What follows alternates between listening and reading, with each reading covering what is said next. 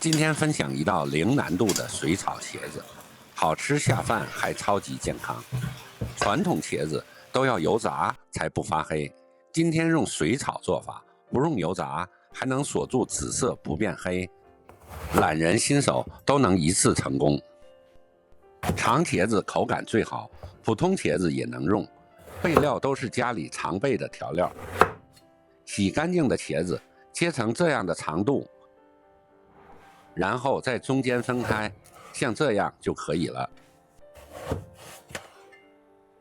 準備幾粒大蒜，切成蒜末，放入碗中，加入蚝油、少許胡椒粉、味精、1勺白糖、1勺料酒、1勺生抽、1勺香醋、一些玉米澱粉，加入清水，這些都是基礎調料，家裡很好取得。攪拌均勻。想要茄子顏色漂亮還不發黑，秘訣就是全程高溫95度以上，不加冷水。鍋中噴一層食用油，茄子什麼都不用處理，切好就直接下鍋，先皮朝下，大火所色，再加熱水燜，完全不用油炸。蓋蓋燜煮3分鐘。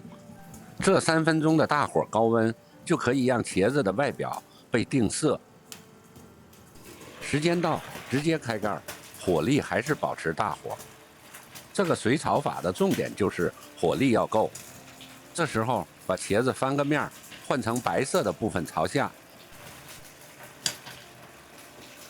全面翻面之後，倒入醬汁，大火收汁，裹滿醬汁，超入味兒。愛吃肉加肉末也是絕配，最後淋點芝麻香油，點綴香菜就能上桌。